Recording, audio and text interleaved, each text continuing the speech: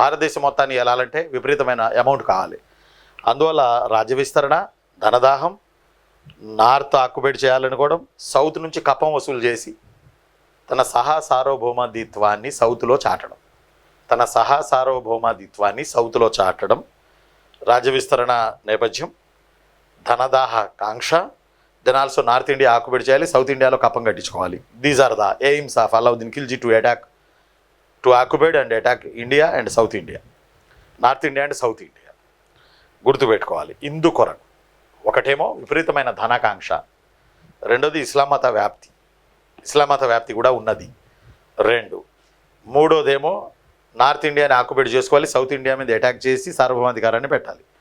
4వది రాజ్య విస్తరణ. ఇలాంటి కాజెస్తో అలావుద్దీన్ ఖిల్జీ దండయాత్రలు జరిగాయి భారతదేశంలో.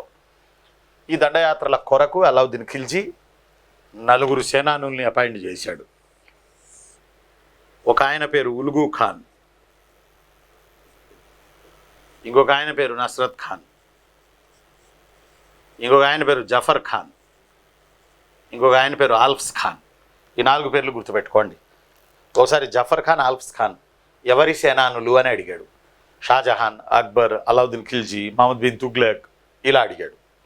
అందువల్ల మీకు దయచేసి దండం పెడతా. ఉల్గు ఖాన్, నస్రత్ ఖాన్, జఫర్ ఖాన్, ఆల్ఫ్స్ ఖాన్ ఈ 4 అరవీర భయంకర సేనానులను తయారు చేశాడు. ఉల్గు ఖాన్, నస్రత్ ఖాన్, జఫర్ ఖాన్, ఆల్ఫ్స్ ఖాన్.